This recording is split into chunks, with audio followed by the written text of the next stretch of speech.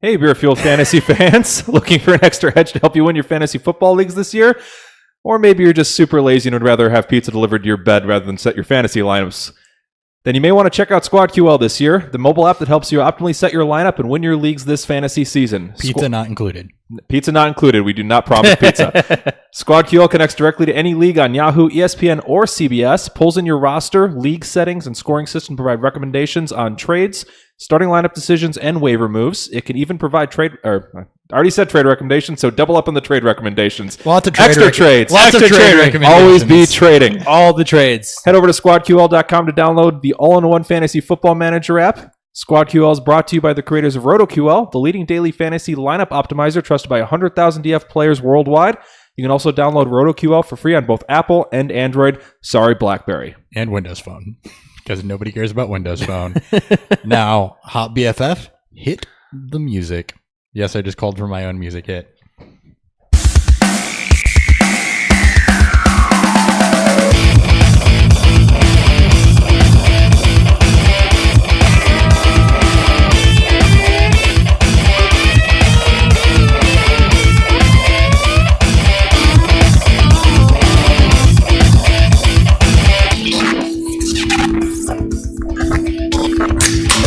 Welcome back to Beer Fueled Fantasy Football. And I think in future episodes, I'm just going to have to say cue the music when I'm done with the ad read.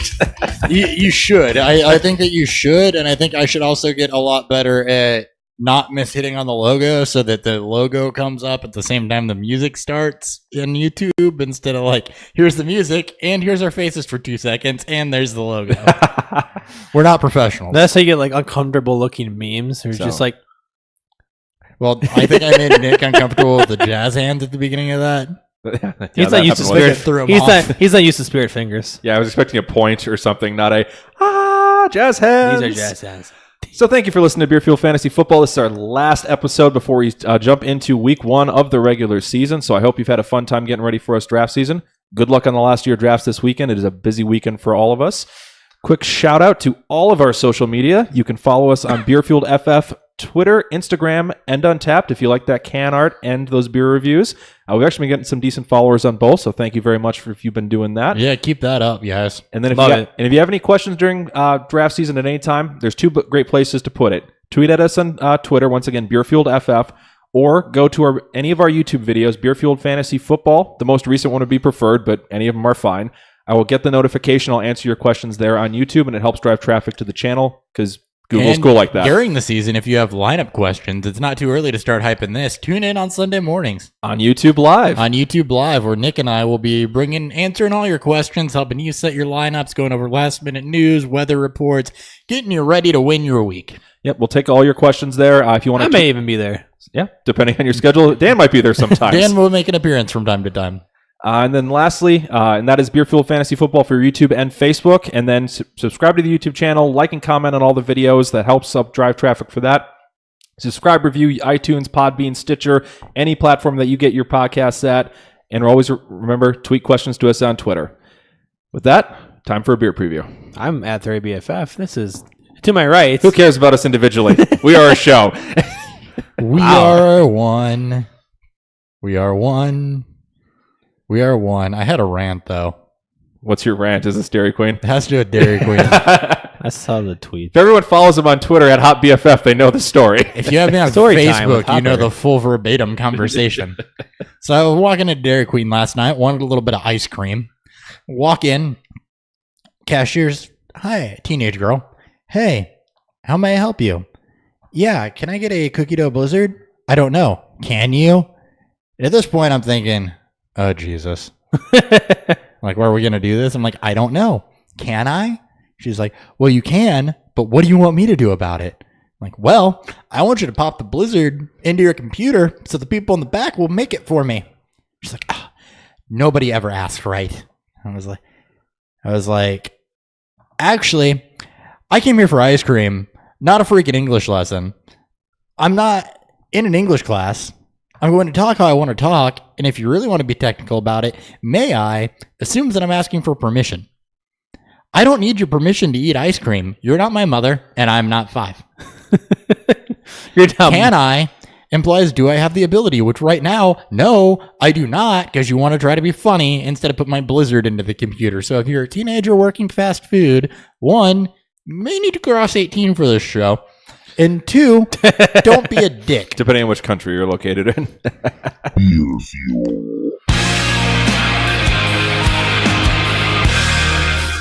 Beer Fuel Fantasy does not support underage drinking. We do support ice cream. We do support all the ice cream. We absolutely support ice cream. Ice cream is supported. If you couldn't tell from the video podcast, we support ice cream. We do support ice cream. All right. On the show today, we've got from Southern Tier Brewing Company, Help on the way. I need somebody help. Anybody help? Somebody help. All right. Southern Tier's third time on the show. Musical interlude not included. This is the first time since episode 93 in December of 2017. Help on the way is an unfiltered double India Pale Ale brewed with mango, tropical hops, and lactose. Clocks in at 8.5% ABV. And it's episode 4 of 6 in their Science of the Art collection. If you're lactose intolerant, probably not the beer for you. 1 second. If you're lactose intolerant, beer's going to get real tough for you these days because there's lactose in like everything. Yep. Real big trend these days. We'll give you a full review once we get through the last of Week 3 preseason games. News.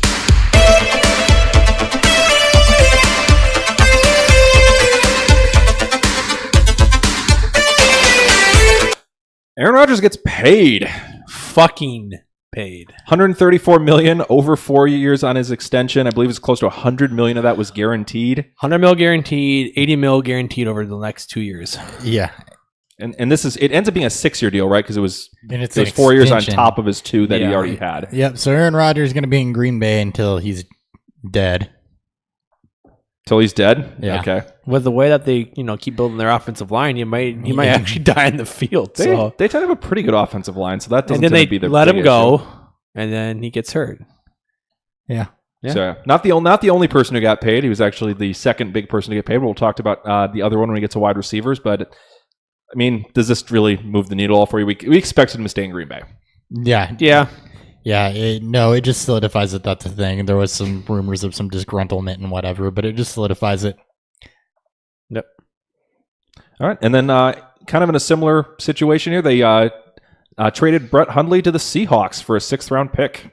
So Kaiser is the backup to Rodgers. I actually like this move a lot, just in case anything does happen to Wilson. I know Hundley's not the best quarterback, but he is a very similar style quarterback given his mobility and everything. So Seattle won't really have to change the offense a whole lot to accommodate him. And they had nobody behind him. And they didn't. No. And we saw Devontae Adams at least produce with Hundley in the lineup, so it wouldn't completely kill their skill players.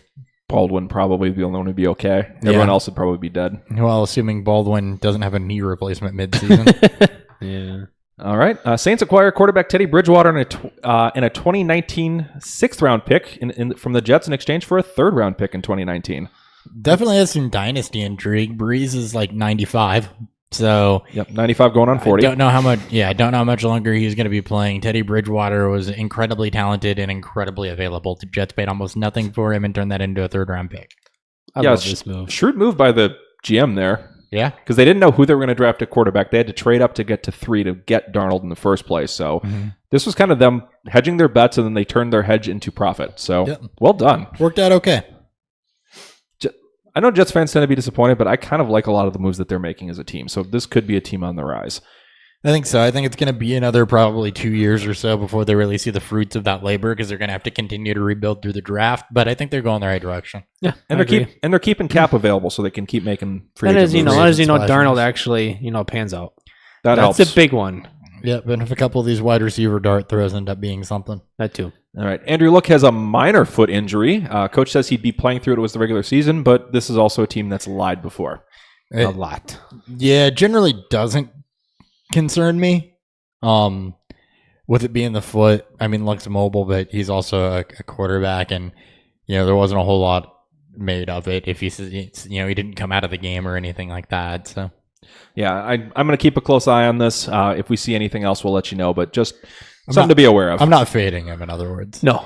All right. JJ has been sidelined for over a week at Eagles practice with a quote-unquote lower body injury. Welcome to the NHL. Welcome to the NHL. And baseball. Yes, he could be missing a leg. We're not sure yet. He could just be walking with a slight limp. Yeah, well, I mean, baseball usually at least describes the body part. This is mostly like a nod to the Joe Mauer injury from like 6-7 years ago. Where it was an upper body injury that kept him out half the season. And it just had upper body. If you happen to be a Twins fan with that long of a memory, you might remember that. You might get that. Well, two of us here, so I mean, if you haven't drank all the brain cells away. But bone on bone for Ajayi, so this is concerning if it's the knee acting up again. I think that might be why they're throwing shade on it, terming it a lower body injury, because it's probably what it is. Yeah, if I was to guess, it's probably the knee. Maybe they just punt week 1, sit Ajayi. You have no Wentz. You have no Wentz. As a Clement owner, I would support, and an Aguilar owner, I support this. Yeah, I implemented a lot of things. Yeah, I'm happy with whatever it is. But yeah, I hope he's healthy when he comes back. I hope they don't try to play him through anything and ruin his season. Yeah. You just got to wonder, dynasty longevity for Ajayi is a concern. And so just to make a note on that, if with the chronic knee issues that continue to happen, if he's movable to a contender, if you're a rebuilding team, I don't think you hold Jay Ajayi. No, absolutely I not. agree with that completely. Yeah, you either trade him now or you wait a couple weeks once he gets healthy. You wait for a couple blow-up weeks and then move him. And then move him to a contender. All right. Sony Michel remains limited at Patriots practice, and then it also came out that he is a hard hopper level questionable for week 1. Yeah, Rex Burkhead, slightly less questionable. So, look, the only back I would even consider week 1 is James White, given their health right now. You got Hill coming off an injury. You've got Burkhead, who has a slight tear. And in that same report, they said that, they were more sure about him, but there was still, made it sound like there was still some doubt there. And, then Sony Michel not being a lock for week 1. So, I mean, maybe Jeremy Hill, if the news on Burkhead isn't good. We'll wait, and we'll know more about this on Monday. If Burkhead gets the start, I would still start him. Depends who they're playing. And Houston. Their goal line. That's good front four. It is. Still iffy to me if he gets a start and he's battling injury and then he can't go halfway through and they switch back. So he may take one snap and then be done. Yeah, I would really lean James White or it's already a tough matchup because Houston's, when they're all healthy, it's a very good front four, front seven. So I would also tend to fade. Front seven, they run a 3-4. But we'll know. Still 7. We'll talk more about this next Friday, though. It's not a front 4, though. It's a front 3. Whatever. Cardinals running back DJ Foster suffered a torn ACL and MCL in their third preseason game. Has been placed on injured reserve. It looked like he was running with that anyway. Yeah, he was not. He was not pretty on film. No, we'll talk more about the other running backs later, though, because I did like both of them. All right, Bucks released running back Charles Sims with an injury settlement, so he is not done for the year. God, but that clears up the backfield a little bit. So up Peyton Barber, right? Yeah. Who else is going to be catching passes back there? Ronald Jones. Not Ronald Jones. So he made a couple nice sideline grabs and stuff. I mean, he hasn't looked bad as a pass catcher. He was week 1. He had a couple drops the first week of preseason, but he's gotten better. He's gotten better as it's gone on, though, and that is the one place where he did flash was a couple nice sideline grabs and when he was split out. So that's good. It's been the running issue. Yeah, he absolutely could be used in a Charles Sims role if they want to get some value out of him. All right, on to wide receivers, where the Giants signed wide receiver Odell Beckham to a 5-year, $95 million extension through 2023. Got paid. So this will be the benchmark for, I think, at least a year or two. Yeah, I want to say that solidifies him, but then you've got the Eli Manning questions and how much longer does he play and who's next? Yeah, and does he continue to be ineffective and who's next? Because it doesn't look like Loletta or Davis Webb. I can see them bringing in somebody like a Nick Foles or Dalton next year. Why didn't the Giants trade for Bridgewater? They should have. He went to a good team. I know you don't like the Saints, but he went to a very friendly fantasy team. Well, just from the Jets would have been a good move too. Well, the Giants would have been. The Giants. It would have been about the same situation. Yeah. Oh, the other thing I forgot to mention with the Bridgewater trade, if anything did happen to Breeze this year, just rolling back a little bit, you're still okay. Thomas, Kamara, and Ingram should all be fine. I would not want any of their ancillary pieces if that happened. Which even then, that's kind of a murky situation. It's a mess right now anyway. Yeah. So. But I would want them less as upside dart throws. Yep. Jaguars placed Marquise Lee, knee on injured reserve. We all saw the injury. It was not pretty, and we all assumed this was going to be the end result. Speaking of Dart throws, Keelan Cole. So when Marquise Lee and Allen Hurns weren't on the field last year, Keelan Cole went from just over 2 targets a game to over 7. So obviously Hurns is out of town. Keelan Cole was already getting some hype as far as how much he was on the field, but he should be the primary target now. I think it also helps Westbrook and Moncrief marginally, but I think Keelan Cole benefits most from this. Yeah, it sounds like the 1-2 is going to be Cole, Moncrief with Westbrook running in 3 wide receiver sets is what I've been hearing. Westbrook strictly played the slot in preseason for what I've seen too. So yeah, so Cole, Moncrief are your outside receivers. So that's the order I'm drafting them in right now. Mm-hmm. Speaking Tuesday, Doug Baldwin said his knee injury will never be 100% this season, which is a great way to start week 1. Awesome. The benefit here is they don't have anybody else they can catch passes still. So now they got somebody we're going to talk about in just a moment. The one good thing I'll say about Baldwin, he's played 88 straight games. Mm-hmm.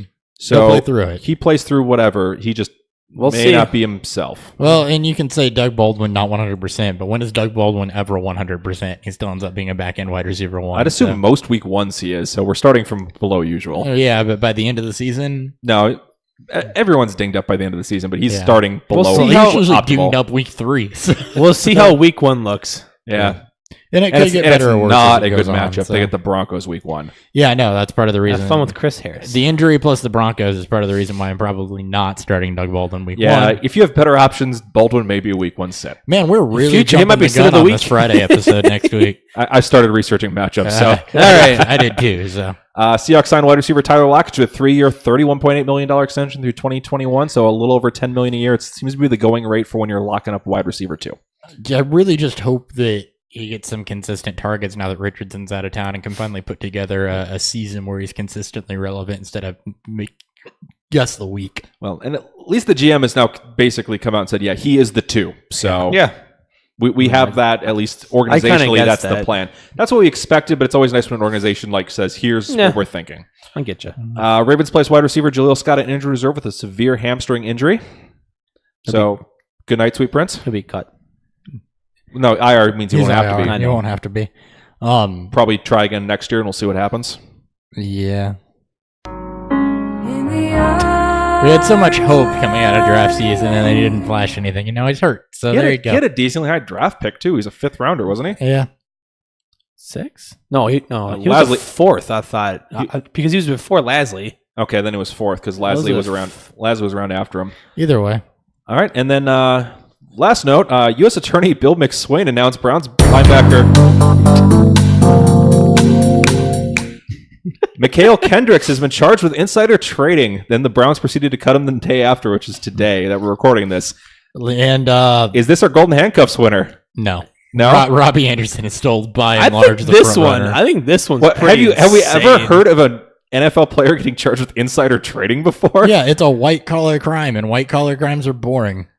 I know. Read the story about this. Yeah, go even more in depth with it. I did read the story about this. It was intelligent, but it's not threatening to fuck a police officer's wife or anything. I am still firmly in Robbie Anderson's court. The reason I'm not for Robbie Anderson, if I wasn't going to go for this one, I'm forgetting who did it, but the one who went to LAX and made the bomb threat while was standing in line would be my other vote if it's not this one.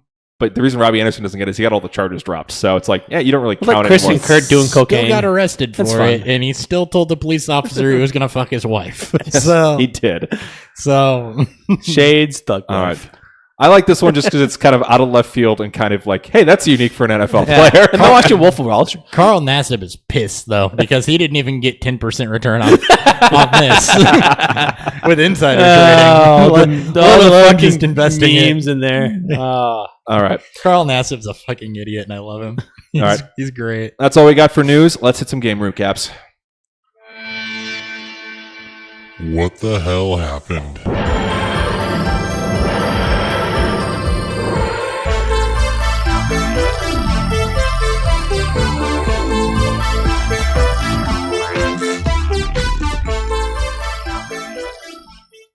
All right, and quick disclosure before we jump into the games here.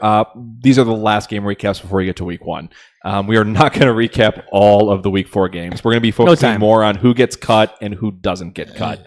Right. Week 4 is not going to have a whole lot of bearing on anything. So you'll know week 4 performances based on cuts or not cuts. We might watch a couple, but not a whole lot. Yeah, if you are a masochist enough to fully watch all the week 4 preseason games and want to give us Spark Notes for them. Yeah, Go right ahead. I'm interested to read them, but I do not have time to watch. You can all of message them. Nick through the show account with all your Spark Notes. At Beerfield FF. Or at Nick Sparts and or give just me post them on give me the YouTube. Sparts notes. Sparts notes, Jesus. Yeah, we split this up. We have not watched an entire weeks of preseason games as any individual anyway, but it's going to be less in week 4. Yeah, I may watch significantly a couple less. I may watch the Bears, the Jaguars, potentially the Vikings, and the Broncos, Seahawks, just because those are kind of my teams. The Rams too, but they don't play anybody, they so don't who cares? play anybody, Yeah. so I don't even think John Kelly's going to play. Yeah, so I don't care what the Rams do. All right. I might actually say something then.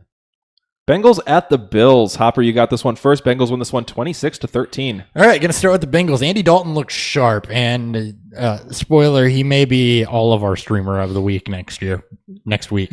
So if waivers are open in your league and All year. and you're really desperate at quarterback or you have a bad matchup week 1, Andy consider Andy Dalton. Andy Dalton's a good pickup because he's spreading the ball out to AJ Green, Tyler Eifert, John Ross, Tyler Boyd, Joe Mixon, all had Gio Bernard, all had receptions when Dalton was on the field. He's spreading it around. He looks sharp. He looks on point. He looked very, very good. The offensive line, as far as pass protection, looks a lot better. Yeah, and this is from what I saw from the stat line, no run support at all. Nope. No, none whatsoever. So it's all Dalton. It's all Dalton, and he looked good doing it. It's my third time watching the Bengals this preseason, and he's looked good in all 3. Speaking of John Ross, he had an excellent kind of stutter and go down by the goal line, and then one hell of a catch and run after, where he turned and then cut towards the sideline and then turned again and cut back inside and juked 2 Bills defenders out of their shoes to get to the end zone. That play was why they spent a first round pick on him. He needs to do more of that. He does. And then on another pass, he forgot to turn around and catch the football. So he's still a work in progress. So he's we're halfway there. Yeah, he's living on a prayer. He's living on a prayer. Yeah, he's flashed a little bit, but there's still things about him that are concerning. He's streamable right now at best. He's probably a good upside throw, and he's the type of player that could have a lot of boom bust to him, though. Yeah, and he's the type of player like, hey, you're in a really bad matchup week 1 where you're like, I'm going to get my ass kicked. Fuck it. They got the Colts week 1. Grab Might John as Ross well. and hope for a miracle. Yeah. As far as Mixon and Bernard, Mixon continues to do his best work when he's out in space, when he's catching the ball in space. Mixon did get first crack at this before Bernard came in after the first 2 series. Both looked pretty mad between the tackles. And the first time I watched the Bengals, Bernard looked like the clearly better runner. Both of them looked mad here. So that offensive line and run blocking is still an issue. And I mean, that's also, I'd say, the strength of the Bills' defense is going to be their run defense this year. It is, but again, all 3 games it's looked like an issue with them trying to run between the tackles, except for the first one where Gio looked good. And then Tyler Eifert took a couple of hits, caught a couple balls, and he didn't end up on IR. So wow, success! That's noteworthy. So if you're looking for an upside play, Eifert is going to get targeted in this offense as long as he's healthy. So you can grab him and start him, especially in the red against zone. Colts. Especially in the Yeah, if you completely miss on tight end and you even get past some of the guys like Clay, Hooper, Njoku, Eifert might be the kind of the next tier of guys to look at. Eifert offers Or a lot of if upside, you're too. streaming, he's a good stream for week too. 1 also. Absolutely a great week 1 stream. And that might be how long you have him. Yep, because he may end up on IR after that. All right, on to the Bills. Yep, moving on to the Bills. Josh Allen was running for his life. The O-line was no match for the Bengals pass rush. And I don't know if it's so much, it's my first time watching the Bills this preseason, so I don't know if it's so much that the Bills O-line is garbage. Yes. Or okay. Yeah, so it's it's not very good. a combination of the two, because I know Cincinnati's pass rush is looked excellent. So, but Josh Allen was running for his life. Nathan Peterman easily outshined him. Looked like a competent enough quarterback. Granted, he was mostly against the Bengals twos, but he was 16 for 21, 200 yards, or I think it was 200 yards and a touchdown. He's looked like the best quarterback in 2 out of the 3 preseason games. Yeah, he's looked fantastic. I wouldn't be surprised if he starts week 1. Running back shares, Murphy and Ivory both shined a bit. Who's in first? Murphy.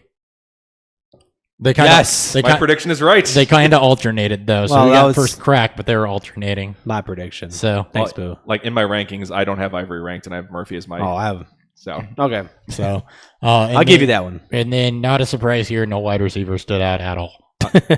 I don't know if the Bills actually have wide receivers. I'm still waiting to be proved on this Logan point. Benjamin's kind of like a tight Logan end. Paulson, their second string tight end, led them in receiving Excellent. with Nathan. Yeah. Peterman. I don't even think he's their second. I think he's their third string. He was with Peterman because so. he's behind Clay and Logan Thomas? no, not Logan No. Thomas. Nico Leary. Oh, Nico Leary. Yeah, he's their tight end 3. Either way. Well, then they're deep at tight ends. And that's all I got. 49ers at Colts. Colts 23, 49ers 17. Nick, this was yours. Yes, it is. I'll lead you in, Bill. Kicking off with the 49ers, considering how bad the Colts defense looked in a lot of these plays, Garoppolo was really hot and cold in this one. He had a couple really nice throws, including one that should have been an easy touchdown catch that was dropped by the tight end. You just let it hit the ground and lost it. But he also had a couple that should have been just real easy picks for the Colts that they were kind enough not to take from him. So Garoppolo kind of hot and cold in this one. And this is an easy matchup. He has a rough start week 1 against the Vikings. I'm already throwing sit recommendations on Jimmy G. He's a sit for sure for me. Yeah. On the road week 1, it's going to be rough for him. Probably his first real tough game. Probably Goodwin, too, because he'll draw roads outside. No, Goodwin will draw Wayne's. Oh, will he? You think that Garcon's going to draw roads? Because he's faster. Wayne's is one of the fastest corners in the league. Yeah. Okay. Rhodes almost always takes the more physical receiver. Okay, so no Garcon then. Yep. Don't start him week 1. Morris looked awesome. Very efficient, great running through the tackles, and faster than I remember. So he looked great. Either he or Breida is going to be the running back 2 on this offense. I'm not sure which one. Probably Morris. Morris has actually jumped up into my rankings. I did fade Breida slightly. I was probably overly high on him, and now this has really killed that You're love. probably where I'm at then. So yeah, Morris looks awesome. And we'll get into why that's also a bit of a concern when we get to our busts later. Garcon was getting fed early with multiple nice plays. It looks like he's going to be a solid 2, if not a 1B to Goodwin's 1A. And then one nice thing I noticed about Goodwin is he's being used all over the field. I saw a couple short routes, 2 intermediate routes, and 1 deep shot. That's the exact note I had when I had watched the 49ers this preseason also, was that Goodwin was getting hit at all levels. Yep. So it's a very common trend. Yeah, his route tree seems to be expanded. So very good for him. I like him. I think he is the true one on this team. So if you're buying, as we put in all our rankings, Goodwin is the one we're looking at. And if you listened to us early last year, I might have called that one a little bit. You did.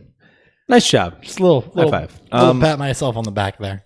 Mostert and Wilson are the second and third backs in. McNichols wasn't in until late in the third quarter. He's not making the team. I don't think he makes the 53-man roster. They may try to practice squad him again. And any questions on the 49ers? It was kind of a game outside of Morris for them. No, I kind of know outside of that running back position what to expect there. So yeah, and Pettis had a nice return, but I didn't see anything else from any other receivers. All right. Colts, Luck was actually taking off and running a ton in this game, like enough that I was starting to get a little worried about him. If anyone's concerned he might be unwilling to run, though, the floor should still be there. Yeah, it's part of what loves to run. It's part of what gives him the upside. He's got no one to throw to, really, too, so that doesn't help. Run game is a mess. Wilkins was in first, then within a few plays, Hines was in, and then by the second drive, Michael got some cracks. So nobody. Of the 3, Michael looked the best, and that's not saying a whole lot. So he's half awake? Wilkins had a few nice plays, but it was late in the fourth quarter when the third stringers were in. That's good. So, yeah, no one did much of anything before that. The only receiver besides Hilton to do anything was Chester Rogers. He had 2 nice plays, including one that was a catch and run where he had a nice spin move to make 3 guys miss and got an extra 15 yards. So, in terms of talent, I saw nothing from Ryan Grant. I think Chester Rogers may play himself into the number 2 role. Which is not saying much. It is also not saying much. Ebron did look like the real deal in this one. He caught all 5 targets, and his touchdown was really, really pretty. He's caught almost all of his targets this preseason. So when I watched last week, he caught all 4 of his. And the touchdown he caught, it was away from his body, through contact, held on. It's exactly what you want. So I think he's at least going to be the tight end 2, and he's probably second or third in targets on this team. Until he gets hurt. Ebron doesn't really get hurt. Because he wasn't on the field in Detroit. When he was, he got hurt. All right, and then as I mentioned earlier, Colts defense does not look good, so I'd start matchup against him. But the 49ers really struggle to capitalize on him, so this may not be a blow-up offense immediately like some people are predicting for the 49ers. A lot of people's rankings are pointing to really high love of the 49ers, like Garoppolo top 10 and that sort of thing. Who does that? All right, moving on to Saints at the Chargers. Dan, your only game for the last recap episode here. Saints win this one 36-7, so a bit of a laugher. I'll get my notes ready for this. Yeah, you should. That would help. All right. We'll just read these. So we're the Saints. Breeze looked like Breeze. He was fine. Both, I mean, Dan Breeze. review if I've heard one. It is. Like I said. Then Tom Savage came in, and then it was Taysom Hill. Tom Savage looked like a competent backup, which is pretty odd to see. Because spoilers, he's not. He's not, but which is weird. He's decent at playing barely passable quarterback when he has to. Yep. And then Taysom Hill came in. He had himself a very nice day. I believe he went like maybe 7 of 8 touchdown. Also led the team in rushing in a touchdown. But with the trade of Teddy Bridgewater, he's probably not going to make the team. Maybe as a 3, but I don't see the Saints keeping 3. The rumor is they trade Savage. Yeah, because Taysom Hill's also a special teamer, so he gives them value there also. So he's probably QB3, but he's mainly a special team guy. He plays special teams, so it gives them more incentive That's right, to he keep does. Hill around. That's right. And then as for the running backs, Kamara obviously got the first crack at it. He looked fine. Had a goal line touchdown. And then Ingram came in and played extended time with the twos. That's mainly just to get him some more game reps because he's going to be on that 4-game suspension. Then it was Shane Vereen, didn't do much. And then Jonathan Williams came in, struggled, did 1 positive run, finished the day, I think, 3 of -3 or 3 for -3. That's what it was. It was 3 for -3. It looked very brutal. Then Boston Scott came in, but he was a 5th running back. He made some nice plays, but he's also gets 2s and 3s there. I don't think that Shane Vereen makes this roster because he hasn't done anything since they've signed him. And Sean Payton really, really likes Boston Scott. And Scott fits the profile of what Kamara did last year. I think Scott makes the roster. And Scott's also a returner. So that too. Yeah, I don't think Vereen makes this roster. As for the receivers, a lot of spreading the ball around. The starting 3, though, was Michael Thomas, Ted Ginn, and Austin Carr playing from the slot. Obviously not Meredith because he's banged up, or Traquan Smith. They both got rotated in. I think Meredith had 1 target. But he barely saw any time on the field. Smith didn't really start to make his hay until the 4th quarter with Taysom Hill, where he went 4-4 with his targets and receptions, 39 yards, and a touchdown used in many different ways. So I will say the hype train on Smith is starting to take off. I think he's getting a little too excited. Yeah, it is. Don't forget about Austin Carr, though. I mean, I just cut him in Dynasty, but it was a roster reason for that. But Austin Carr is a guy that we liked a lot coming out of last year to really kind of be specifically you. I liked Austin Carr a lot coming out last year to be a kind of middle of the field type of slot receiver. So, and I thought when he went to the Saints that it was an incredibly good fit. He had been with the Patriots too, which I thought was a good fit. So yeah, it'd be really a good fit now. Yeah. If there's any way that he can see the field, just keep an eye on him. So they did come out and say that Meredith is going to see extended time in game. He's going to play. I think they just went with that precaution with his knee and everything else. He is still a very talented receiver that can play both outside and inside for a receiver. But he's rusty as a gate hinge that's been left out in the rain for 50 years. He's also in the Saints offense, so a lot of friendly targets here. We'll see what happens. As for the tight ends, Ben Watson didn't think had a target. That was it. Yeah. No tight ends got any love in this game, but I think the first team offense only saw 3 series. As for the Chargers, the only did not play was Melvin Gordon.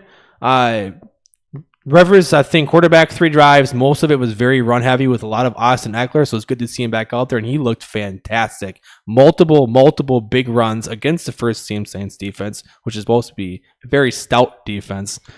He has this number 2 locked. I think there is no concern there, but with health-wise, maybe there was. He would have gotten his touchdown run on the second drive, but they put a Newsome in to finish it up and then continue to play. And that was, kind of the thing that happened with that. Eckler's a guy that could have more than handcuff value too if they don't want to put Ingram out into 350 touch range again. Gordon. That's what I meant. Melvin Ingram, you get it. Mm-hmm. Melvin Gordon. But yeah, if they don't want to put Gordon in a 350 touch range against, Eckler's a guy who could see 120, 130 touches and really kind of make some hay that way in a kind of a Tevin Coleman type role. And he's also the type of person for Dynasty just to watch, because if he keeps doing this, definitely, he's going to be on somebody's radar as a starter eventually. Yeah, or a team may bring him in where they're like, we're not going to have a bell cow. We're going to have Eckler with someone. And he'll be a kind of... You said like a Powell role for the Jets. Either Powell or I was thinking like Danny Woodhead. Or like Chris Thompson even, because he's showing that explosive big playability. Yeah, Danny Woodhead, Buck Allen, a guy who has value just being there. Yep.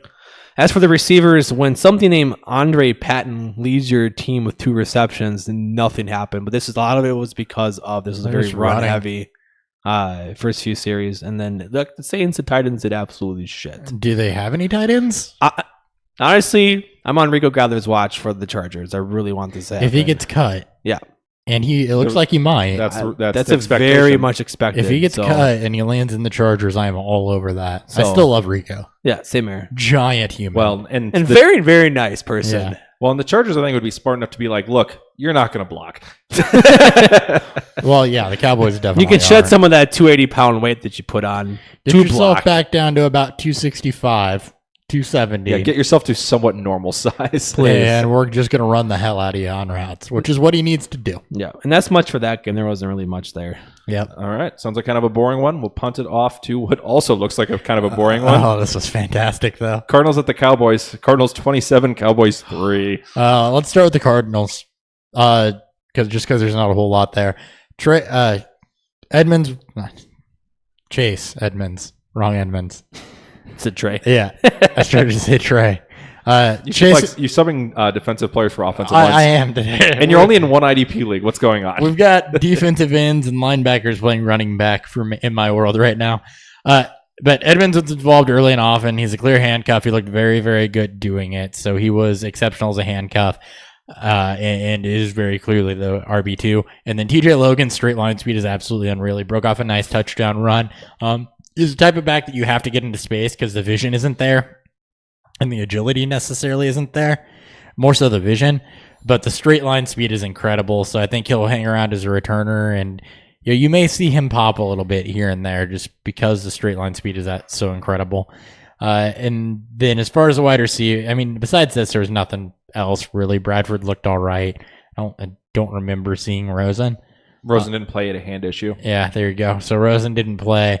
There's no David Johnson, no Fitzgerald, no Chad Williams sighting, which to me tells me more than them playing. Christian Kirk did play for a while into this one. So I think that Kirk may still be the 3. The 3. I think Williams and Kirk are going to fight for the 2-3 spot all year. They may have been trying to get the rookie more reps too. They could be. I'm just basing it on what I saw, and yeah, for whatever reason in week 3 this year, and really for a lot of these games, who doesn't play has shown you a lot more than who is. As for the Cowboys, this will be fun. 8 turnovers. 8 of them. Jesus Christ. 8. And they came in all forms. So Sansa fumble. Rod Smith looked good as a runner. He's very, very clear the backup. Scarborough looked all right. So quick note on Rod Smith, similar to Eckler, where if they decide they don't want to give Zeke 500 touches, they may decide to start giving Rod Smith some. Smith has some deeper league. The offensive line played like shit. Cooper Rush started this one. He was really meh. Couple nice throws, bad pick. Mike White started perfect, 12 for 12, and then he fumbled twice and overthrew it into an interception. So good start, bad finish. He looked fine as long as he was throwing the ball and not getting sacked, but he got strip sacked from behind twice. Well, he is a statue on the blind side. And so I think he needs to have a better sense of just when to tuck the ball and take the sack because he is a statue. He wasn't having problems getting the ball out or anything, but the Cowboys' starting offensive line is in shambles right now, so you can imagine how bad their second and third string is. This team is going to be so bad. Yeah, the third string would probably be like me and like 3 guys I met on the street. Not even 5 of us, just 4. Right. It's us 3 plus 2 others. And then plus 1 other. We don't even field the full team. And then the pick was just a bad throw. He overthrew his receiver straight to the defender. But other than that, he was on point, non target. I mean, he was really efficient with his throws. Yeah, I hope he can take the 2 job. Yeah, I do too. And then all Cowboys wide receivers rotated in at various parts in this one. Beasley stuck out the most. Gallup was overthrown by Rush on a deep ball when he beat Patrick Peterson. So, Gallup, I still think ends the season as a wide receiver 1 on this team. I think he starts it on this team. I think it's him and Beasley are the only 2 I'm really looking at this point. They are, and you saw 1 Terrence Williams reception. You saw Beasley. There was no Noah Brown. There's a couple of people whose names I don't even remember. So yeah, because Hearns has had a real quiet in training camp and preseason. He had a very hot offseason. Terrence Williams is going to be around and be annoying, but he won't produce. Yeah, Hearns didn't show anything. It's Gallup and Beasley. Yep, and Gallup's 2 targets were an overthrow just barely when he had beat his defender, and it was a bad throw in the back of the end zone. Just missed him. Yeah, Rush didn't see the defensive back that picked that pass off. Oh, okay. so he shouldn't have had that target. Yeah. Okay. So there you go. All right. Moving on. Last game we got on today's episode, Chiefs at the Bears. Bears losing this one 27-20. Kicking it off with the Chiefs, Mahomes looked solid in this one. It's the most comfortable I've seen him running the offense this far. Very comfortable in the pocket. Most of his throws were on point. So overall, he's been trending in the right direction. It looks like he'll be ready to take this offense and go week one. The thing I've liked about Mahomes, because as a Bears fan, I also watch this one, is that most of the time he's taking what's given to him. He's not forcing throws. There's still every now and again you see one forced, but there's a bad pick last week because of that. But most of the time he's taking what's given to him, and that's what I want to see. Yeah, and his weapons are giving him windows to throw to, which helps. Yeah. Running game was pretty quiet. Hunt and Ware did most of their damage through the air. Ware was the second back in, which was kind of nice to see. He looked a little rusty early, but was getting better as the game went on. So it looks like he's still shaking it off a little bit. So I expect it is going to be Hunt Ware as your top two guys. Damian Williams, Darrell Williams are fighting for the third spot. I actually like Darrell Williams better, even though I wasn't super impressed with his college tape. He's looked pretty decent in the preseason. He's beating Damian Williams like a freaking man. So. No, he trucks. Like, that was the main thing we saw in his college tape. He's strong. He's very strong. People off of him. But he's showing better as a pass catcher than I thought he would coming out of college, and he's decent between the tackles. Well, it's also LSU. You don't really know what kind of pass catcher running backs they have there. So, but we didn't think about it because he wasn't a real high profile back. But too. He is a better pass catcher. He probably would have been. He was just behind Fournette and Geis. Yeah. Tyreek Hill just had a ridiculous number of targets and touches in the first half. He was getting fed. He is absolutely, clearly the number one, and he's a dangerous one. I bumped him up this week. I may have to bump him up some more, too. I've been creeping him up every updates. He's my 12. I'm not going to push 15. Him that high, but I'll probably push him close to about 15. He'll be right next to Thielen, probably. I love that tier of Watkins seemed to be off with Mahomes. There was one play where Watkins was wide open deep, and Mahomes just overshot him. Wrong route? No, like it was just an overthrow. No, he was wide open right where he needed to be, and it was just he overthrew him by 4 or 5 steps. Yeah, you'll have some of that. So if he was like he was starting to Hill, not Watkins, basically. Right. So yeah, that if they can get on the same page, I saw Watkins open a few times, so there could be something there, but the chemistry has not been there through preseason. Right. And then Conley was running with the first team, but he had a bad, awkward catch and didn't do much otherwise. Demarcus Robinson is buried on the third team. He may not make this team. Mm-hmm. All right, anything else on the Chiefs? No. Nope. Moving on to the Bears. Main stories who didn't play. Nope, Trubisky, Howard, Cohen, Robinson, Miller, or Burton. So who cares? Those are your starters. Cunningham looks to have the RB3 role locked down. He's exclusively getting work on the first few drives. For the running back 4 role, Mizell was in before Nall, but I thought Nall looked like the better back in this one. Man, I really would rather them keep Mizell and Nall than Cunningham, just because of like Cunningham and Cohen just feel like redundancy on this roster to me. Whereas Nall, I think, could have a role as an H-back and a between the tackles guy, and I think Mizell could be a really solid handcuff. Yeah. And I've liked Mizell this preseason too, for sure. I really don't want to see them keep Cunningham. I think they will, especially because they re-signed him. But I really don't want to see that. I think they try to practice squad whichever one of these two they don't keep, and they may lose them. I think they will. White made a couple nice plays. Looks like he will be probably the wide receiver 3 fighting with Gabriel. I think White may have it though. I think he does too, just because he's a first-round pick with first-round wide receiver 1 talent. And as long as he's healthy, he's looked really good as a route runner and as a pass catcher this preseason. So I think that he does with Gabriel rotating in as the 4 when they want a field stretcher or a deep shot. And it's not like White's that much slower than Gabriel, and he's a hell of a lot bigger. He's bigger, yeah. He's looked incredible. As long as he doesn't get hurt this year, I think that White... It's a very fun receiving core that Chicago's building right now. It's just going to be the question of can Trubisky support it. And speaking of the guy moving on, I see your next note, the guy that I think has locked up the 5 spot. Yeah, Wims better have locked up the 5 spot in this one. He looked awesome. He had a great game. Squad. No, he had a 1 catch and run that was ridiculous, and he was way faster than I thought he was going to be in pads. Mm-hmm. And then his touchdown catch was excellent. Got the toes down, perfect back corner of the end zone catch. He's looked good 3 out of 4 preseason games. They found something late in the draft. Yeah. No, he looks excellent, and we saw a little bit on his Georgia tape, but he was massively underutilized. It looks like it's Georgia. They ran run all heavy the time. Offense. Yep. So, Wims is definitely going to be the 5. So bye Josh Bellamy. I am not sad about that. And I forget who the rest of them. Tanner Gentry would be the other one that's noteworthy. He might be practice squadded again. He probably can get snuck to the practice squad. All right. Anything else we want to talk about in this game before we call it a wrap on preseason week 3? Nope. All right. Let's review some beer. Let's go. Beer review.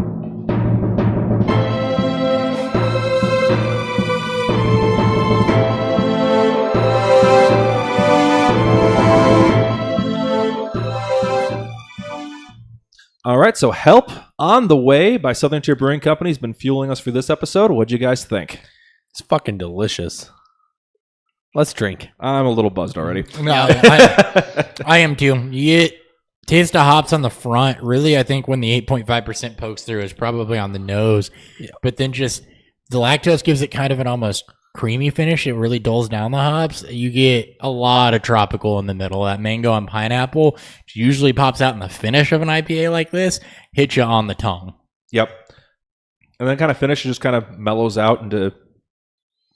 Like there's you would have no clue that this is a double IPA. No, none. Because there's very little bitterness. It's very balanced. there. It's very subtle. I would have guessed either an IPA or a pale ale. The lactose balances it out. It does. I kind of like the unfiltered too because it's kind of got a. I don't even know how to describe it. It's kind of like an. It's extra, like drinking. It's like gives it more body. Yeah, It's not just like exceptionally just kind light. of the mouthfeel. I guess Yes. is the way to put it. Is it more interesting? like to feels me, it's good in like my drinking like a spiked like pineapple juice. Yeah, Like it is so If refreshing. you poured hops oil in it. yeah. Well, I mean, yeah. Yeah. That's what's spiked. So this is. I think everything we've had from Southern Tier has been kind of a limited or seasonal release. And it's been fantastic. But they've been great. I know we had pumpkin on by them, and we had which was an imperial pumpkin and then stout. we had one of their whiskey barrels, It was a cinnamon whiskey barrel. which was phenomenal. So So yeah, we've had some good stuff on by them. So thank you so much, Southern Tier Brewing Company. Excellent getting you guys back on after almost 8 months since we last had them on. we'll have to do it again more often because I've been really impressed by them. Yep. And I just saw them. I'm like, hey, we haven't had them in a while. Limited release, grabbing the hell out of that. So great. Yeah. We had a double IPA Dan Light. That's a miracle in and of itself. Yep. All right. On to players we think are going to bust this season. So they're not going to reach up to their ADP that you should avoid in your drafts this weekend. Busts.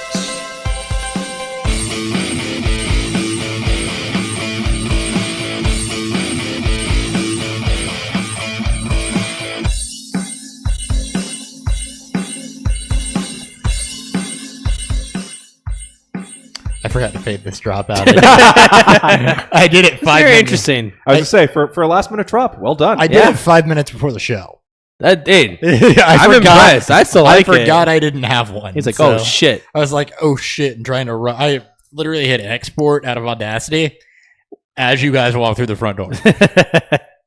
All right. So basically, what we're going to do for bus, as I said, we're going to try to define all of our terms. So for bus, we're going to say they're going to finish significantly lower than where they're being drafted. So 10 to 12 spots lower than their ADP. So effectively at least a round too early for where you're going to have to draft them. Or about 5 to 6 spots in their positional rank. So for example, if they're going running back 12, you think they're going to finish running back 17, 18, or even lower than that. And if some of these sound weird, we were challenged to. I made it difficult. I went through one top 3 round guy, which makes it tough because there's a lot of consensus. Guys out that we there. like there. There's yes, A lot of guys we like. there's guys that were hard to call a bust. And there. then for the second 2 guys, I want him to still be no lower than round 6. So there's like hey, this guy going around 12, he's going to be a bust. It's like, who cares? You can say for these like top 3 rounds, like buyers, it's like buyer beware. It's Little bit. we don't hate these players. We hate where they're going. Yep. Exactly. Very true. All right, Dan, kick us off with a player we've kicked a lot this year, who I've kind of come around on a little bit. We've been quiet on him lately. And Yeah. I've moved him up a little because bit. his ADP isn't where it was last year. His ADP's kind of settled still- out. It's yeah. still pretty high, but I'm closer to him now than when I was when the offseason And started. I think there's more of a reason. So for this mystery player, Derrick Henry, 311 RB 19 per FF calc. For me I'm firmly on the Deion Lewis hype train here. He fits what they want to do there. They want to, if you watch him through preseason, Mariota has kind of fallen in love with Deion Lewis. But as for Derrick Henry, it's just a guy who doesn't get involved in the passing game. He's very one-dimensional as a running back. And if this offense doesn't take off like it did 2 years ago, and it struggles like it did last year, Henry is not going to pay up on his top 3 round ADP. This is the guy who could be something monstrous, but this offense has to get better. This defense has to play well. This offense line has struggled and he went 1 of 4 in the red zone last year. 1 of 4 in the red zone last year, which doesn't really bode well for a guy who's supposed to be a goal line back. And Dion Lewis has proven, especially last year, and in the second half of the season with the Patriots, that he can play all 3 downs and be very effective. So I'm more buying into Dion Lewis in the 5th round than I'm into Derrick Henry in the back end of the 3rd. So I will say, for running back 19, I actually don't hate that. Well, he's your 21, right? Yeah, he's my 21. What I don't like is that he's going at the back end of the 3rd round. That just tells me there are too many running backs going too early in drafts right now. Very true. Exactly. And not consequentially, all 3 of us ended up with a running back in this round of top 3. Yes. So. And that is because the value on other positions, specifically wide receiver, I think right now is excellent. Yeah, the wide receiver value is phenomenal. If I've in any sort of points per reception league, I've been often grabbing 1 or 2 receivers in the first 3 rounds because players fall to me. It's like I can't say no. You have to. So yeah, keep an eye on that. Don't reach for running back because you feel like they have to. There are definitely running backs in rounds 4, 5, and 6 who we still very much like. They're passable if your wide receivers are good enough to cover. If you're like, I have elite wide receivers, I can make it with these running backs. Yep. So don't feel like you have to reach on that. So the draft position, I agree with him being too high, but it's because running backs in general. He is per my top 150. He's a guy that's going in the middle of the 5th round, which is where I feel comfortable for a guy who's a very one-dimensional runner who's never had more than 14 receptions in a league. Yeah, I think I've got him late 4th. Yeah, I think I'm probably closer to you. But yeah, so he's about a round too early for me. So It fits the criteria in that regard. But in terms of running back rankings, it's just about right. It's just running backs are going too early. Mm-hmm. All right. Your guy, Hopper. Speaking of running backs going too early, I went with Joe Mixon. He's going at the 211 as the running back 14. And my reserve on Joe Mixon isn't because I don't see a scenario where he does finish as a running back 14, because I do. But you're talking about a guy that averaged 3.5 yards per attempt last year. You're talking about an offense and a coach where there's been 1 250 touchback since 2014 and 1 300 touchback since 2012. I think Ben Jarvis Green Ellis was the last one. So you're in an offense where Gio Bernard should be a lock for about 150 touches. You've suddenly got a quarterback that looks competent with mouths to feed, and the offensive line has struggled to run block. So this is just another case where running backs are going too high. I don't hate Joe Mixon by any means. He does feel, but in the back end of the second, he feels gross to me. I'd be much more comfortable with Joe Mixon about mid-third. So there's just other players I like more at this position to where I think Joe Mixon could disappoint you. I'm not saying that he will disappoint you. I'm not going up on my soapbox with this like I do for a lot of people that I don't like. I just see a scenario where Joe Mixon does bust for you or doesn't take the bell cow work that you expect Joe Mixon to take. Or even if he does take the volume, it may not be as efficient as you need to actually create the volume there. Yeah. It seems from what we saw in preseason, he's great when he's catching the ball, but is he going to get enough targets? I'm just glad that they're trying to use him and get him used in ways to get him into space to make plays. But as Hopper said, this is an offense that was historically bad last year, and there wasn't, outside of upgrading the offensive line, there wasn't much of a change. Well, and there hasn't been a lot from the offensive line from a running standpoint to make me feel super confident in that. He is averaging 4.43, I think, in the preseason. Limited work, so that's been fine. But it's just there's a scenario where there's a volume concern, especially if Gio Bernard continues to play well, and an efficiency concern. All right. 2 names I want to throw out here. Honorable mention, I did almost deep dive in why I thought LaShawn McCoy could be a list on this list. He was almost one for me. Derrick Henry was very weird. Derrick Henry was the other one I was debating on, just because I think McCoy, there's so many people low on him, and just the lack of weapons there is.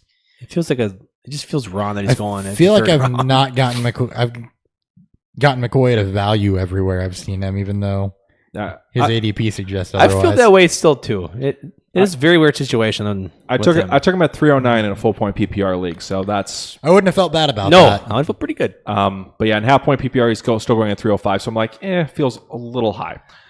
But the one I want to call it is Jerick McKinnon. The reason I have an issue with him is just he's seemed... here we go. He's already dealing with a knee injury. He's expected to play week 1, but we have no guarantees right now. He's been limited in practice up until this point. Terrible matchup Against the Vikings, so it's a rough start to the season for him. He's dealt with missed time in 2 out of his previous 4 seasons. He missed 5 games in 2014 and 1 game in 2016, so he has had the tendency to be nicked up some years. Never had more than 202 touches in a season, which I've hit on multiple times, and he's only had 2 seasons with more than 140. So any sort of workload he gets, 250 plus, is going to be new to him. His career average is 4 yards a carry, 6.9 yards a reception, and 10.6 touches per game. So he's been a low-volume guy and pretty inefficient with it. Breida and Morris are both better over their career in terms of yards per carry and yards per reception, and Morris has 4 seasons with 202 or more carries, not touches, carries. It's because you can't catch a football. He catches a couple. Yeah, caught one in the preseason. Hey. Showing his hands. So my issue with McKinnon right now is based on everything we've seen and how we've seen this preseason play out, it looks like he's being drafted at his ceiling.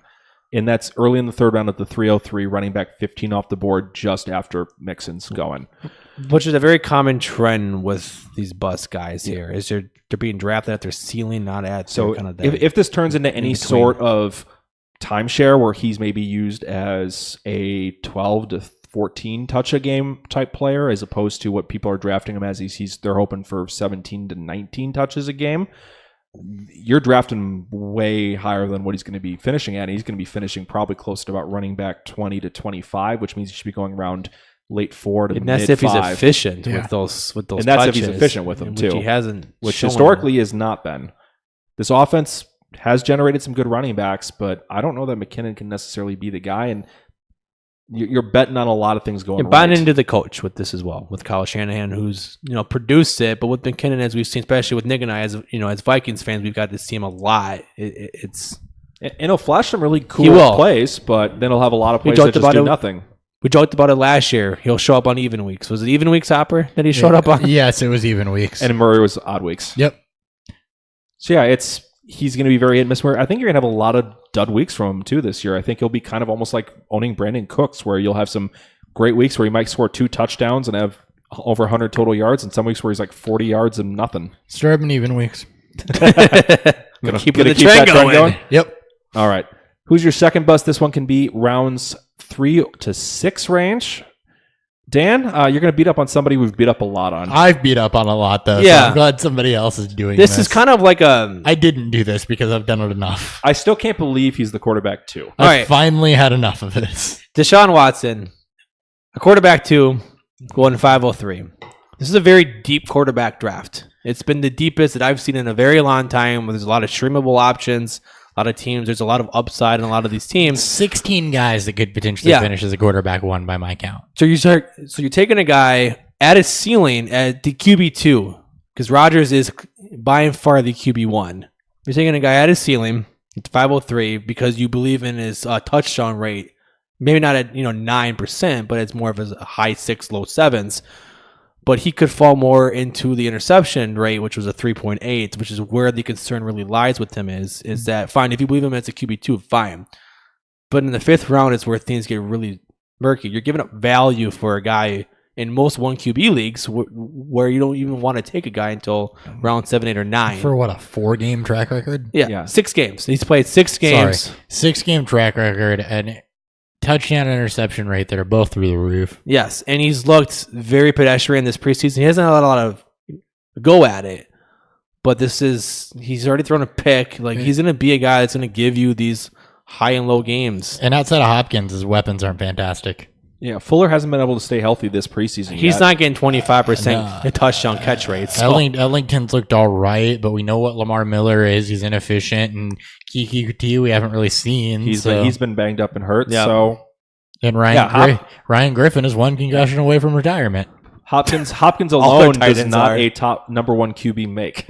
Right. So, just plenty of reasons to be reserved on Deshaun Watson. I still like Russell Wilson, talent, Tom Brady, Kirk Cousins, Cam Newton, all more than him. Yeah. What I'm fully expecting to happen is he'll probably be solid, but not amazing. He'll be where we have him ranked as a low QB1. Yeah, I think he's my 8. Yeah, he's my 8 as well. My 10. He'll have an okay year. He'll be fine. but he won't not meet up to expectations, and then I'll take him some next year when he's at a decent draft price. And then you trade from him, when people are getting pissed off because or return trade to for him value. Yeah. What do you have to pay for him? If he has a slow start, trade for him. Yep. All right. Next up, we've got Hopper with another player we've crapped on a lot. Yeah. And I'm not saying because it can't happen, but I have no idea why people are drafting Josh Gordon at the 409. Fuck no. Absolutely no idea. Wide receiver 19, he is going to disappoint you. There's a reason they brought in Jarvis Landry, Antonio Callaway, despite the Roach situation. Roach. I haven't heard it called Roach in a long time. Well, it was literally a roach that they found. Yeah. Okay. It wasn't a full blunt or anything like that. It was a roach that they found. He's looked exceptional in the preseason, though. Callaway has. You've got David Njoku, who's flashed. You've got 2 running backs capable between the tackles. You've got 1 running back that's an incredibly good pass catcher that's also proven capable between the tackles. There's a lot of mouths to feed in this offense, and Josh Gordon could end up 3 or 4 in the pecking order. You've got the fact that he's played 3-4 games. I think he played 4 games last year. year. Played 4 games last year. That's the only football he's played in 3 years, and he wasn't in 5? Mm-hmm. In 5 years. Oh, no. He played 5 games. 5 games. He played 5 games last year, and he played 5 games in 2014. Okay. So, he's played 10 games in 4 years. And scored 1 touchdown in those 10 games. Yeah. 1 touchdown. He didn't do much when he got back last year, and he's learning a new offense yet again. So you're drafting Josh Gordon at what his absolute upside is, and there's no way he takes first wide receiver. It's a run from Landry. This might be, and it probably will be, a run first team. You have one low volume passer, Tyrod Taylor, who's never eclipsed, I think, over 500. A defense that's going to be good. Yeah, that too. Well, it should be. Well, they've looked good in preseason. They've looked good. They've looked good in preseason. I agree. But yeah, the defense should be improved. This should be more of a run.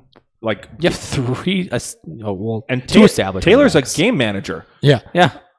Josh Gordon's the guy who should be going round 7, 8, and 9 as an upside play. Yeah, he should be a dart throw. Like he should be going around where Robbie Anderson's going. Yes. That's a great, You're literally paying back into the 4th high wide receiver or mid wide receiver 2 value for a guy that's played 10 games over the last 4 years, caught 1 touchdown pass, and didn't do it when he got back last year, and that's going to be, I counted it up at the end of last year. It's like offensive coordinator 5 or 6 since he got suspended. You're paying for his 2013 season. He's not gonna get and he saw 159 targets that season. There's a 0% chance he sees 159 targets with Brian Hoyer. And Brian Campbell. 0% chance. Jarvis Landry is the target leader on this team. Yep, easily. And even that he will not see 159 and targets. He'll see like 130. Yeah. 100, which would be good for him. 130. Yep. So, I've got Gordon down around 100 targets. There's no way he should be going. I don't think he sees 100 targets. It just depends on how much I may have been overly Johnson, optimistic with Njoku, and Callaway. So, I completely agree with that bus candidate. The fact that he's jumped back up into the 4th round is ridiculous. People have been asking me where you have to take him if you want him. I've been telling him you're not going to have him because you're not going to take that chance on him. But you should not until the 7th. You should not draft Josh Gordon. All right. Similar note, wide receiver here. Julian Edelman is going as wide receiver 30, going off the board at the 608. So high. He suspended the first 4 games of the year, in case anyone forgot. He's slotted to be the wide receiver 2 on this offense behind Hogan, even running in preseason work right now. So in the average wide receiver 30 finish from 2014 to 2016, because 2017 was a massive outlier with how low wide receiver scoring was, is 160 fantasy points and half-point PPR. To do that in 12 games, he would need 13.3 fantasy points per game and half PPR. He's only done that 1 time in his career, which was 2015 when he was 15.8 fantasy points per game when he scored 8 fucking touchdowns. From the slot. From the slot. Not going to happen. And I'm sure Gronk was hurt that year. Yeah. So he's not going to hit 15.3 fantasy points per game again. He's going to score 3 to 4 touchdowns in 12 games because that's what Edelman does. He'll be a decent volume play, but you're holding him on your bench for 4 weeks to get... You hope he's a decent volume play. 10 to 12 points a week, maybe. So, he's going to finish probably about wide receiver 40-ish, and he should be going about 2 to 3 rounds later than he is. I'm not drafting him this year anyways. I have him. I have very little faith. I'm in close to 20 leagues, and I have 0 shares. Same. With Edelman, the problem is having to hold them on your bench to wait for him to become a mid to low wide receiver too, at best. And that's what you're hoping to, and then you're playing catch up. Yeah. And then you're playing catch up, and that's assuming Chris Hogan, Cordero Patterson, Philip Dorsett doing all established rapports that bring Edelman's ceiling down. He's also a 32-year-old coming off an ACL tear who admitted he wasn't in full I was game gonna say, shape he's a not few even weeks in ago. full. Yeah. And he's And now he's still banged up. Now he gets the next 4 weeks without the team. Yep. So yeah. He should be going as a wide receiver 4. He's another one that I think you take round 8 or 9 if you're going to ride the suspension out in hopes for upside. Yeah. Where you built your depth with the good running backs, quarterbacks, tight ends already there. And this is very different from Ingram, who Ingram I have taken in a lot of places where I own him in a lot of leagues. where I have a lot of good running back depth, because Ingram, if he was not suspended, would be going in round 2. If Edelman wasn't suspended, he'd probably be going in about round 5. 6. Yeah. He might be going where he is right now. So it's like people are Maybe. forgetting that he's suspended in this current price. Yep. All right. All right.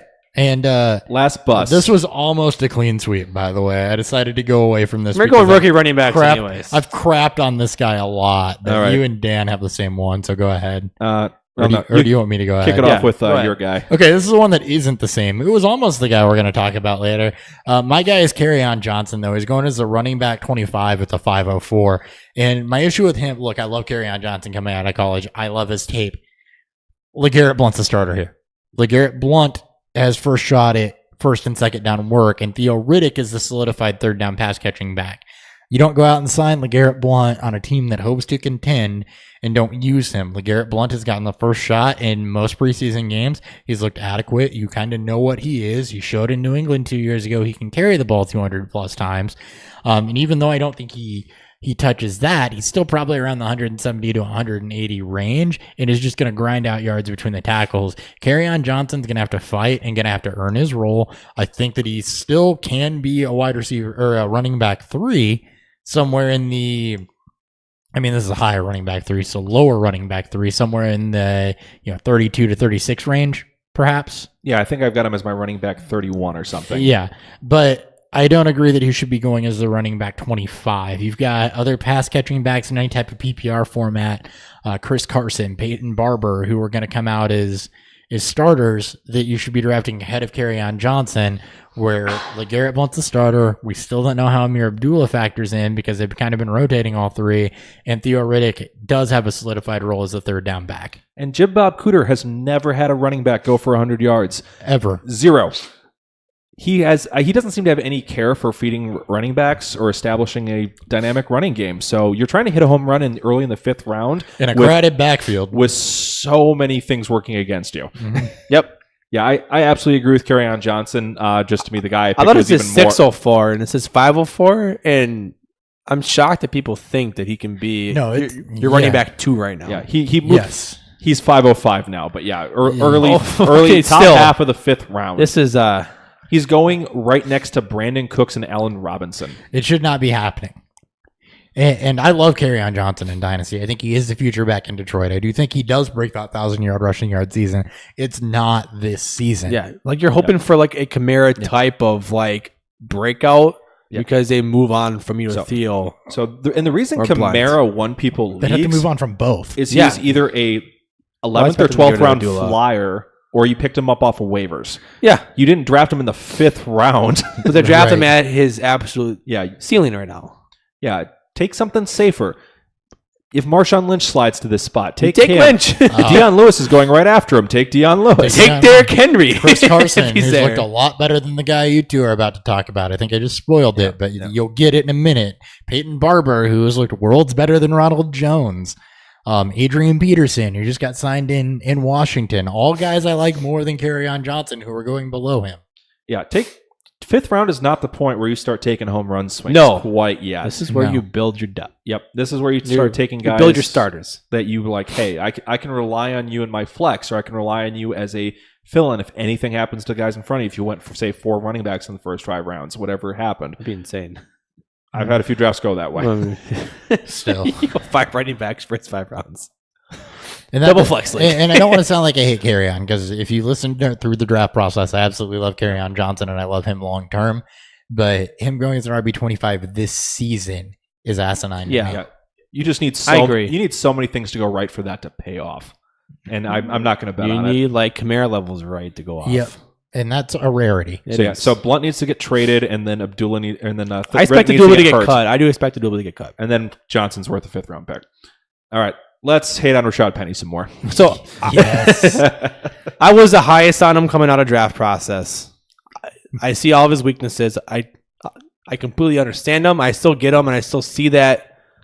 But as a 606 RB29, you are again paying for his ceiling. This is on a bad or not on a potential bad offense, horrible offensive line, where his weaknesses are pass blocking and pass catching, which is what Wilson will want. Now, Chris Carson may not fill that pass catching role, but he's been far and wide the better runner between the tackles. He showed it last year. I believe he was a top 5 in elusive rating and Duke rate last year.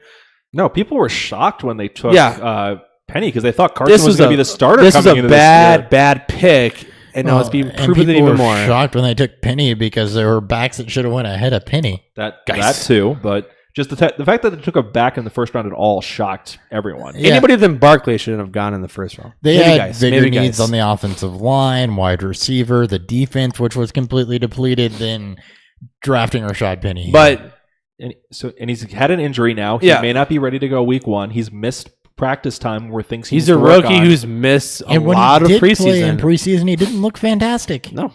Looked like Ronald Jones.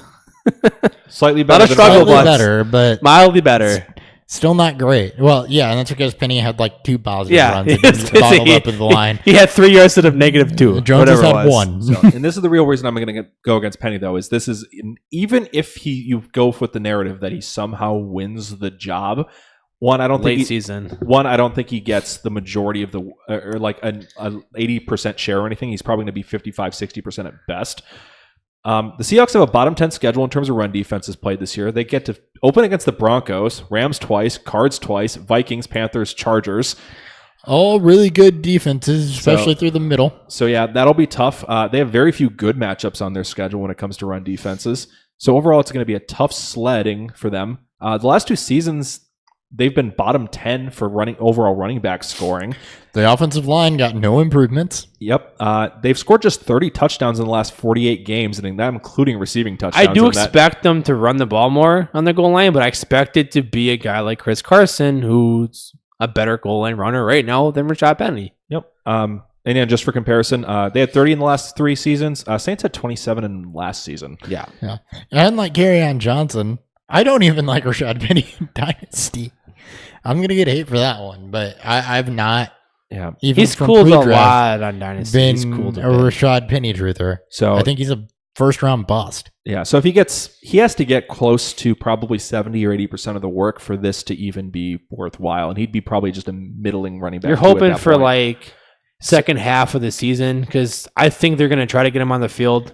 They spent the first round around there. They're going to try to appease the fans, saying, "Hey, this is why we drafted them in the first round and not But the many positions that we need." It's a team that's not really they're not doing a proper rebuild, so they're still trying to go out there and win. So if he's not going to give them the best opportunity, they're still going to give Carson the ball. I feel so bad for Wilson. Yeah. They're trying to retool, and the problem is I don't even think they retooled right. No. Because they should have been retooling on defense with their first round pick, Yep. or the offensive line. If you're going to turn to a throwing team, solidify the line so Wilson has time. Should have been Joshua Jackson. I like that. Yeah. Solidify the line so Wilson has time. Boom. All right. So yeah, that's my hit on Rashad Penny is that he's not the starter, and then even if he wins the job, it's probably going to be ugly. So I do expect this to keep going down, but right now I'm amazed we he don't hasn't care. slid more This is yet. right now. Yeah, he was in the. Well, he's already sliding based on our rank. He's already Yeah, sliding. you guys in a looked at day. different times and he went down a position, but Yeah. he's not going to slide enough between, No. now and tomorrow. Yep. So if you're drafting this weekend, do not draft any of these Yeah. players where they're being drafted at Yep. right now. If they Even start- Joe Mixon. If they slide a couple rounds, hey, Sure. look at him. You get Joe Mixon mid to late third, go for it. Where he You get- was a few months ago. Yeah, you get Josh Gordon round 8-9, sure. That'd you be get shots. Rashad Penny Yeah. round 12-13, do it. But Yeah, that's where you take a home run swing. Yeah. Just be smart about your drafts. Don't reach on players. Let other people take these guys, and let other players that are more you can rely on more fall to you. All right, that's all we got for Bus. Let's go ahead and wrap up to preview next week. So Monday, we're going to do our second annual Cut Down Spectacular. Yep. I'm excited for that. I love cut down episodes. We'll go through, because I think it's 1,137 players get cut when I checked it. Most of them we won't care about. Most of them we don't care about, but we will go through some interesting people who are going to... We're not going to read off all 1,137. We'll make Nick that do would it. be our longest episode ever. But we'll make Nick do hit it. the and offensive. and we'll also talk about some people who maybe we thought might get cut who Surprises. didn't. Yep. Yeah. And then Wednesday we're going to go through early season strategy and then preview the season opener on Thursday, which is Falcons at the Eagles. Yep. Friday will be a preview of all Sunday and Monday games. Plus Which review of the is Thursday going to game. be your normal Friday episode from here until Yep, January. that'll be 16 straight Friday episodes. Yep. And then Sunday, We're not doing week 17 again. Nope. And then Hopper and I on Sunday will be live. Maybe Dan to go ahead. I have that Sunday off. So week 1, Dan will be I there. will be there to grace your presence. We'll be live to answer all your questions about starting lineups, anything you guys want to know, pick our brains fantasy-wise, or if So, you just want to Make sure you subscribe know how on we slept YouTube. last night or anything like that. Subscribe on YouTube. We'll do that live. Make there. sure you subscribe so you get the notification when we go Please. live. We'll tweet it out, all that hit stuff. that bell too, It's- so you'll know. It's 10:30 in the morning usually. Yep. And we may end up setting our own lineups on air, which we've done in the past. I think we few do years, that. so- I think I do that every single week, The more especially you, Hopper. I do. the more questions you ask us, the less we'll be spending time. And we'll talking do a about lot our of the. lineups. Yeah. So this we're gonna is, ask this for is a on friend. you to make it entertaining. Yeah. All We're gonna right. ask for a lot of friends. So that's the plan we got for next week. Thank you so much for listening through the draft process. We are Beer Fueled Fantasy Football. Subscribe to us on Twitter at Beer Fueled FF. YouTube, as we've mentioned multiple times here in this segment, Beer Fueled Fantasy Football on YouTube. Get that subscribe button. Drop likes and comments under the videos. Ask any questions you want there. I will answer all of them for you guys.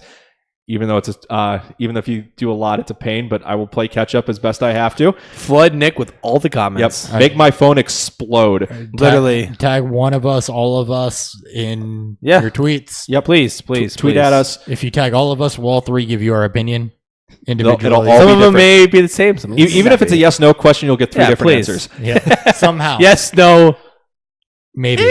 ye. Yeah. You know.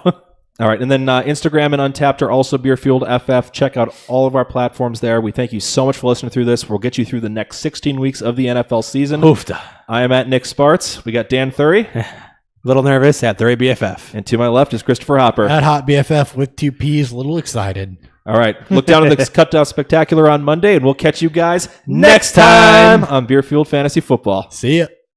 Peace.